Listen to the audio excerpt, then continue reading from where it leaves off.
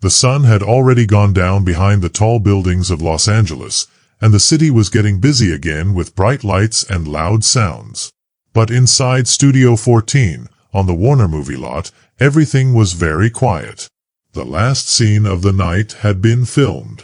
The lights were dimmed, and the workers were packing up slowly, tired but happy to be making stories for people to watch. Keanu Reeves sat alone on the edge of the stage. He was still wearing the long, dark coat from his movie character. He wasn't in a hurry. He never was. There was no group of people waiting for him, no helpers, no photographers taking pictures. Just his old black motorcycle sitting under a flickering street light. As he walked out, a young worker waved and said, "Good work today, Mr. Reeves." Keanu smiled and said softly, "Thanks. Get home safe, okay?" The night felt different. The cool air touched his skin in a way that made him remember something deep inside. Instead of going straight home on the busy highway, he turned onto a quiet road that twisted through the hills. He hadn't gone this way in a long time. This road wasn't fancy. No red carpets. No cameras. But he remembered it. A long time ago, when he was a boy, his mom used to bring him here when things were hard at home. It was their special secret spot. Tonight, something about that place made him go back. Not because of words, but because of a feeling in his heart. He didn't know it yet, but something was waiting for him up ahead. Something small. Something soft. Something crying. Keanu Reeves, quiet, kind, and strong, was about to do something more important than anything he had done in a long time. He slowed his motorcycle as he rode down the curvy road, trees on both sides. The moonlight made silver shapes on the road.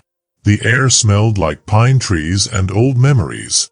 As he passed the old park, he heard a sound. At first, he thought it was just the wind or maybe an animal. But then he heard it again. A cry. Not from a cat. Not from a dog. A baby. He stopped his bike and turned off the engine. The night became very quiet. Then he heard it again, a soft, sad cry carried by the wind. Keanu got off the motorcycle. His ears listened closely.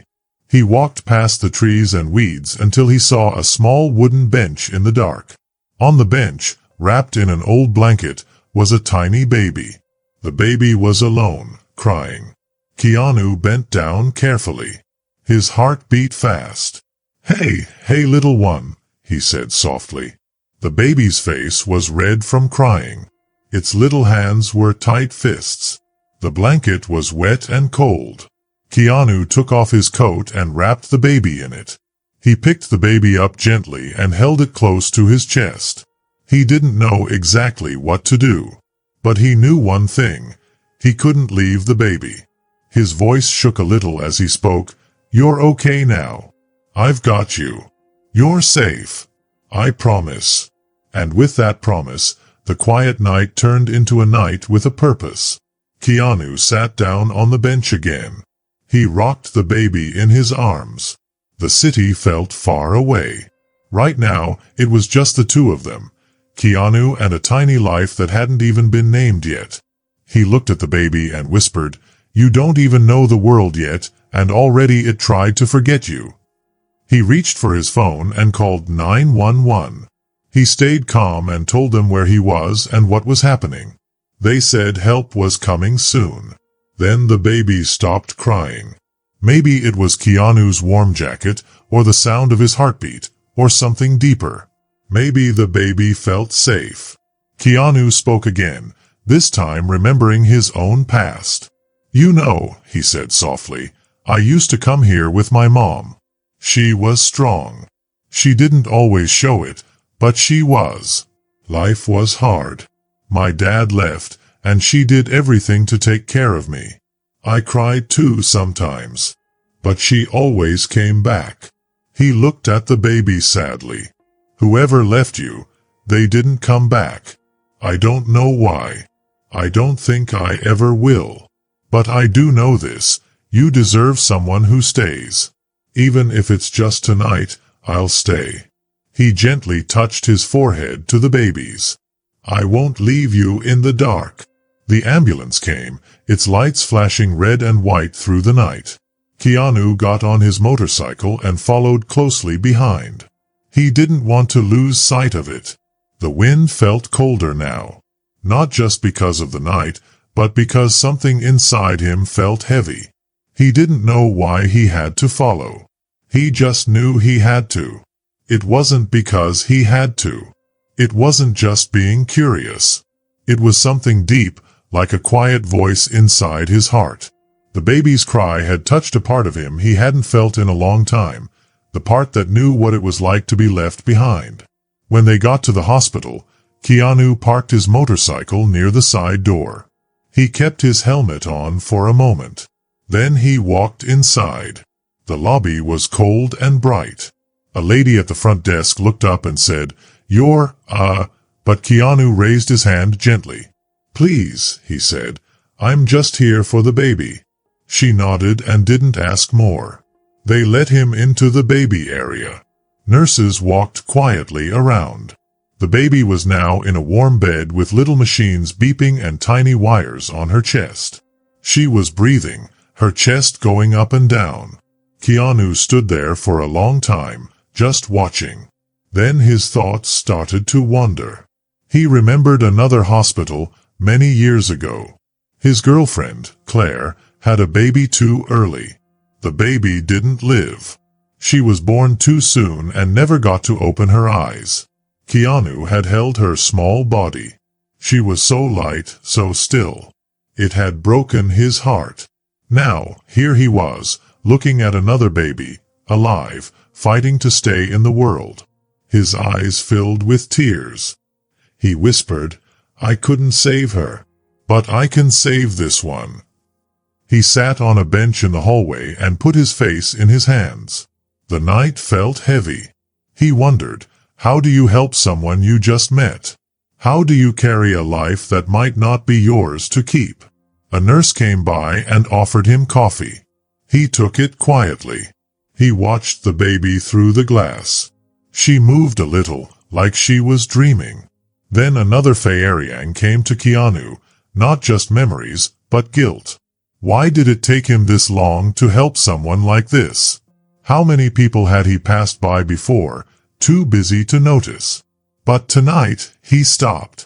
He didn't know why.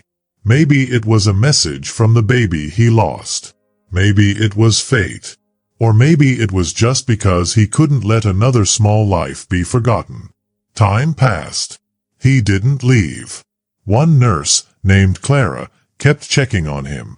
She gave him updates with a kind smile. "She's doing better than we thought," she said around 4 a.m. "You might have saved her life." Keanu didn't say much. Just nodded. Then, just before the sun came up, the doctor walked in. His coat was wrinkled, his glasses a little foggy, but his voice was calm. "She's stable. She's going to make it." Keanu let out a long breath, like someone who had been holding it forever. He leaned forward, resting his elbows on his knees. "Does she have a name?" he asked in a quiet voice. The doctor shook his head. "No. No note, no name, no ID. She was just listed as infant." Keanu looked down at his hands. That baby was so small, so quiet, lost in a busy world that didn't stop to listen. "She's not a Jane Doe to me," he said. But that was all he said. The doctor gave a respectful nod. "You did a good thing tonight." Keanu stood up, stretching his legs. They were stiff from waiting. "No," he said softly. "I just stayed when it mattered." Before he left, he asked one last question. "Can I come back tomorrow?" The nurse smiled. "Of course." As he walked outside into the cold morning, the sun was just starting to rise. He felt something change inside him, like a locked door slowly opening. For the first time in a long time, he didn't feel numb. He felt something real. Not for cameras. Not for fans. Not even for himself. Just for her. A tiny baby who had been thrown away like noise. But now, someone was listening. Someone who wouldn't turn away. The nursery at St. Vincent's Hospital was quiet that morning. No crying. No alarms. No loud speakers. Just the soft humming sound of machines. Keanu stood behind the big glass window. His hands were in his coat pockets. He looked at the tiny baby sleeping inside the incubator. The same baby he found under a streetlight, wrapped in old clothes. She looked even smaller now, wrapped in hospital blankets, with a pink hat on her head. Her tiny chest moved up and down with each breath. "She's got strong lungs," said a voice next to him. Gentle and steady. Keanu turned to see a woman standing beside him. She looked about 30 or 40 years old. She had short hair in a messy bun. Her eyes looked tired, but her smile was kind. Her name tag said Clara, pediatric nurse supervisor. She screamed like she wanted the whole world to hear her, Clara said, smiling. "That's usually a good sign." Keanu nodded. "I'm glad she made it." "You stayed all night," Clara said, not angry, just noticing. "I couldn't leave," Keanu said. "It didn't feel right." Clara looked at his face, noticing the quiet lines and heavy eyes. "You know," she said, "most people would have called it in and kept driving." He looked away. "Maybe most people don't live with ghosts." She didn't answer right away. She just stood next to him, quiet. Then she said, "I was left at a fire station when I was 3 days old. Wrapped in a coat that didn't even belong to my parents. No note. No name. Just left." Keanu looked at her, his eyes a little wide. Clara didn't sound sad. She was just being honest. Her voice was soft but sure, like someone who had made peace with their past. "There was a paramedic on duty that night," she said. "He didn't just drop me off at the hospital. He stayed all night until they found a foster home. He didn't say much. Didn't even give his name. But I remember what my social worker told me later." "What did she say?" Keanu asked. She said, "He held you like you were already his." Clara looked at the baby through the glass again. "I've thought about him a lot," she said. "Who he was. Why did he stayed. And I realized something. I never remembered his face. But I always remember the Fei-Eriang." Keanu swallowed hard. "The Fei-Eriang of being wanted?" Clara nodded. "Of being seen. Not as a mistake. Not as a burden. Just a child worth saving." There was a long pause. "I don't talk about it much," Clara said. "But when I saw you last night holding her like that, something clicked." They both looked at the baby. The monitor beeped slowly, like a heartbeat between thoughts.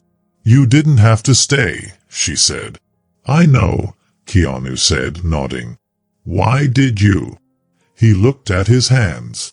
Then said, "Because I know what it feels like to wait for someone who never comes.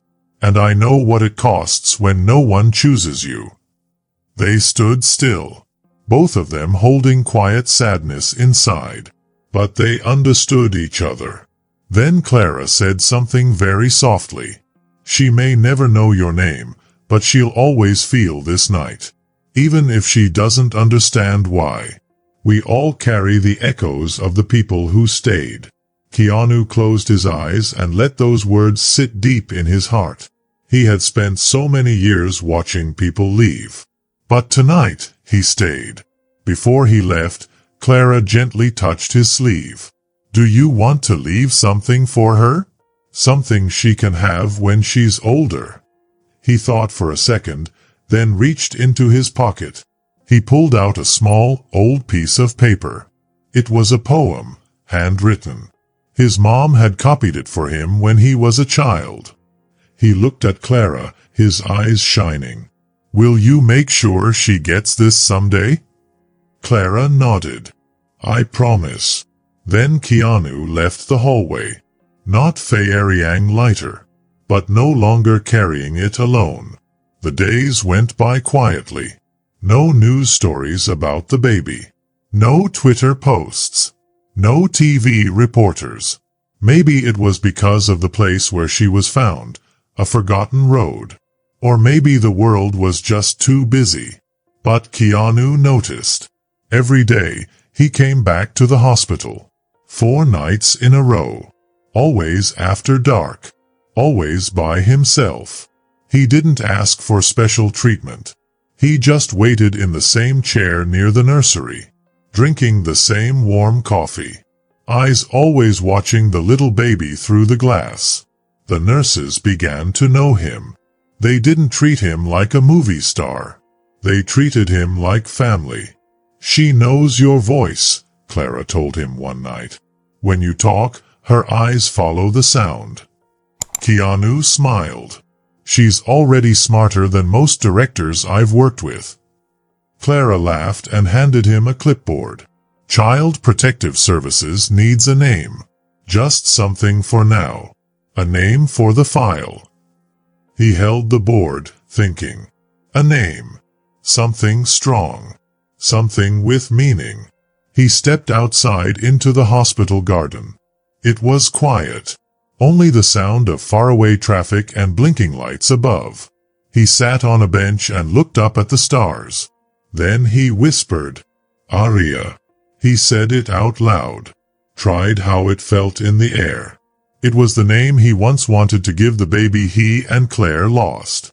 A name that was never used in a nursery. Never put on a birthday cake. A name that still lived in his heart like a half-finished song. And now, here she was. I know it's usually a boy's name, he said softly. But it doesn't matter. Names are about meaning, not rules. Back inside, Clara was waiting by the nurse's desk. I think I've got it, he said. Aria. She blinked. That's beautiful. Not what I expected. He smiled. It means, God is my protector. I think she needs that. She has you, Clara said gently. Keanu didn't answer. He just handed her the clipboard. Under provisional name. Aria. He wrote very neatly. Aria Hope, girl, came to hospital, April 9th. Found by a stranger.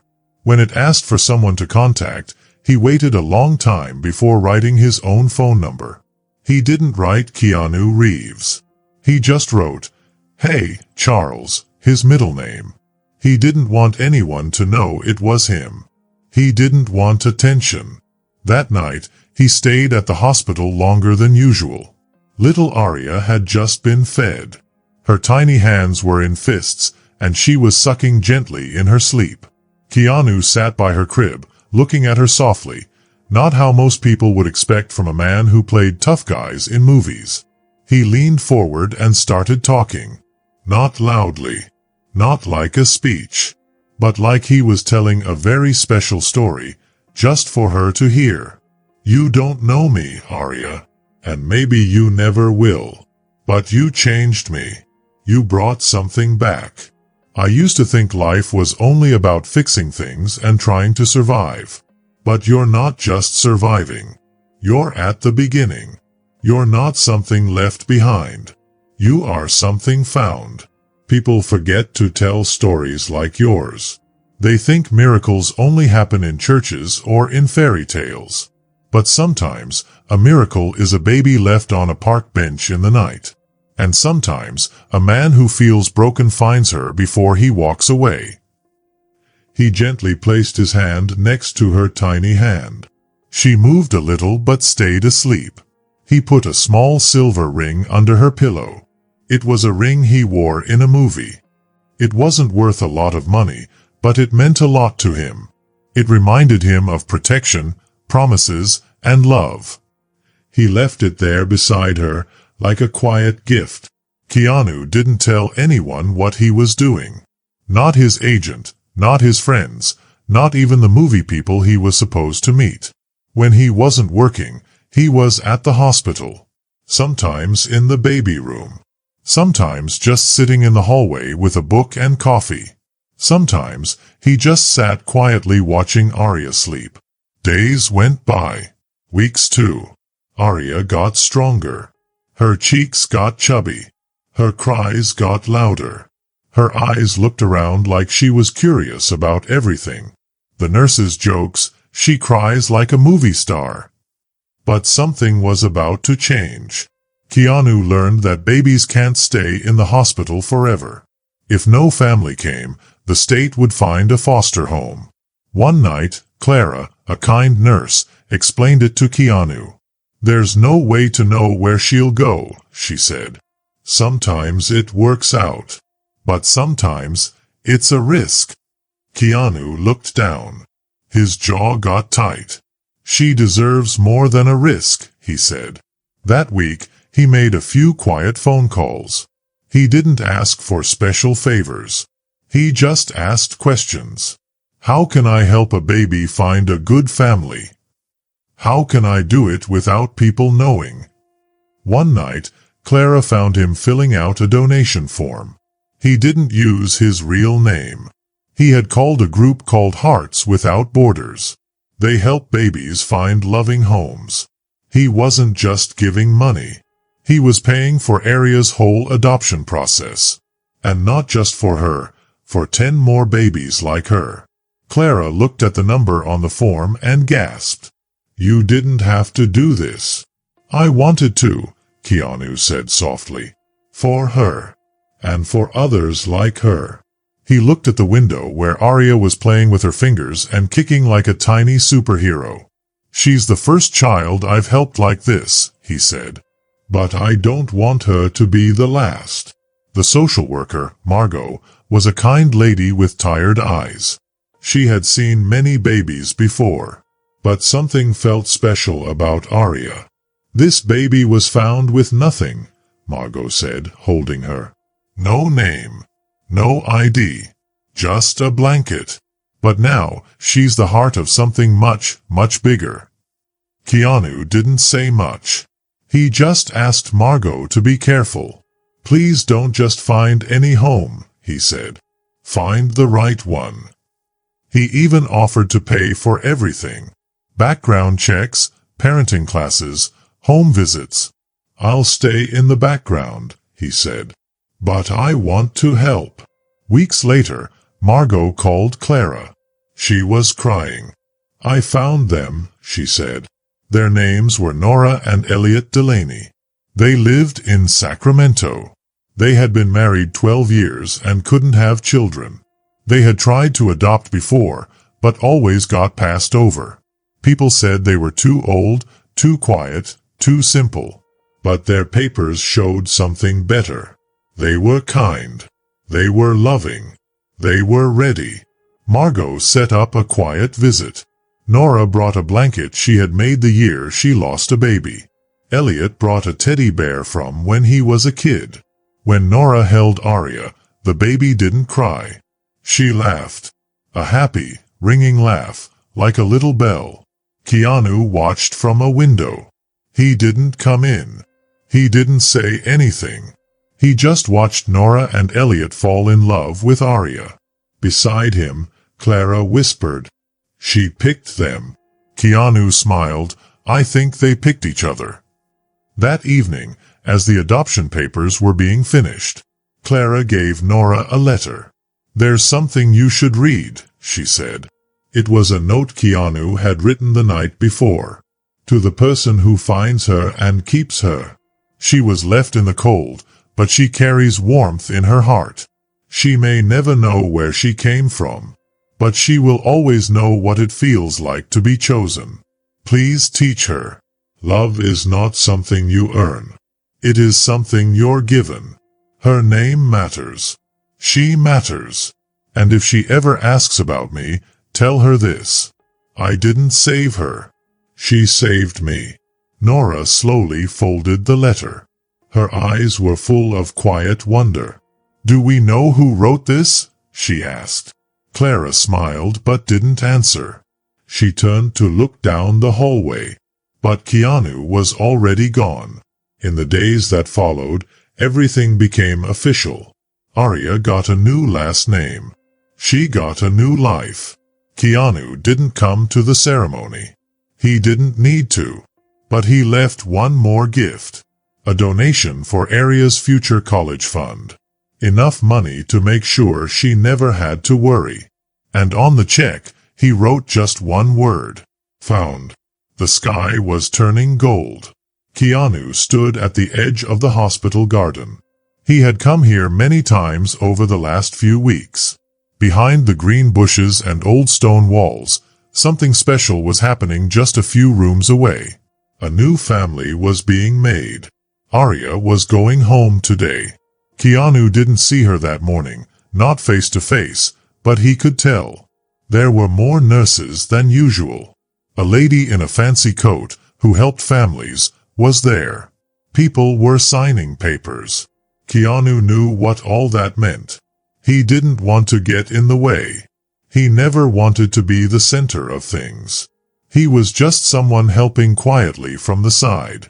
But still, he wanted to be close. From the end of the hallway, he saw them. Nora holding baby Arya wrapped in the same soft blanket she brought weeks ago. Elliot walked next to her, holding a small bag with baby clothes that kind people had given. They looked happy in a soft, quiet way. Like people who had waited a long time for something good to happen and now it finally had. Clara, one of the nurses, saw Keanu and gave him a small nod. She knew. They all knew. They wouldn't forget him. Nora stopped at the door for a moment. It was like she could feel someone watching her. She looked at baby Arya and whispered something sweet in her ear. And then, like all the best stories, they walked into the bright morning light. Keanu sat down on a bench just outside the hospital doors. It was the same bench where, almost a month ago, he had held a tiny baby for the first time. He looked at his hands. Hands that had held fake guns in movies. Hands that had felt sadness when no one was looking. And now, those same hands had helped a baby find a new life. He reached into his pocket and pulled out a small piece of paper. It wasn't a letter or a poem. It was a drawing, made with crayons. It showed a bench, a starry sky, and a person holding something tiny. Someone had left it in the hospital playroom. On the back was a message written in shaky, childlike writing. To the man who found the angel. Keanu closed his eyes and smiled. He didn't save the whole world. But he saved one person. And sometimes, that's enough. 17 years later, the wooden bench was still there on that quiet street just outside the city. It was old now. One leg was a little wobbly. But it was still strong. Like an old friend waiting for someone to come back. And someone did. A young woman, 17 years old, sat on the bench with a sketch pad in her lap. She had sharp eyes and a kind voice. She wore a big hoodie, a silver ring on her finger, and a leather journal in her backpack. Her name was Arya Hope Callan. She had always known she came from somewhere else, not from her mom's belly, but always from love. Her parents had told her the story. About a man who found her, a quiet stranger who stayed just long enough. He didn't want to be thanked. He didn't even say his name. But he left her something. A name, a ring, a story. Arya opened her journal to the last page. Taped there was an old, blurry photo. It was taken from far away. It showed a man sitting on this same bench, holding a baby in his arms. You couldn't see his face. Just the way he leaned forward, holding her gently. She smiled and whispered, "Thank you for staying. For choosing me when you didn't have to." The wind moved through the trees behind her. A soft breeze touched her face. She looked up at the sky. A cloud moved and golden light shone through. For just a moment, Arya thought she saw someone standing across the street. A man in a dark coat, watching quietly. But when she blinked, he was gone. Just the wind again. Just the light. Just a memory of someone who stayed and made everything different. The sun had gone down behind the tall buildings of Los Angeles. The city was waking up with lights and noise. But inside Studio 14, everything was quiet. The last movie scene of the night had finished. The lights were off. The crew was packing up, tired but happy, still chasing their dreams. Keanu Reeves sat at the edge of the soundstage. He was still wearing the long dark coat from his movie role. He didn't rush. He never did. No helper waited for him. No flashing cameras. Just his old black motorcycle under a flickering street light. As he walked out, a young crew member waved. "Good work today, Mr. Reeves." He gave a soft smile. "Thanks. Get home safe, okay?" The night air felt calm and quiet. Something about it touched Keanu's heart. A soft fairyang, like a whisper from long ago. Instead of taking the highway, he turned onto a smaller road that twisted through the hills. He hadn't been there in years. This road didn't have anything fancy. No lights. No red carpets. But he remembered it. Somewhere along that road was an old bench. A forgotten one. His mom used to bring him there when he was little and things were loud at home. It was their secret spot. Tonight, that road called to him again. Not with words, but with a fairyang. He didn't know it yet, but something was waiting for him up ahead. Something small. Fragile. Crying in the dark. And Keanu Reeves, the quiet man, the kind man, the one who never needed to be seen, was about to do something more important than any movie he'd ever made. He was about to save a life. Again. If you liked this story, I'd love to hear your thoughts. Leave a comment below and let me know what you think. And don't forget to subscribe for more thrilling adventures, mysteries, and unforgettable moments. Your support keeps these stories alive and the creativity flowing. Thanks for watching. I can't wait to see you in the next video.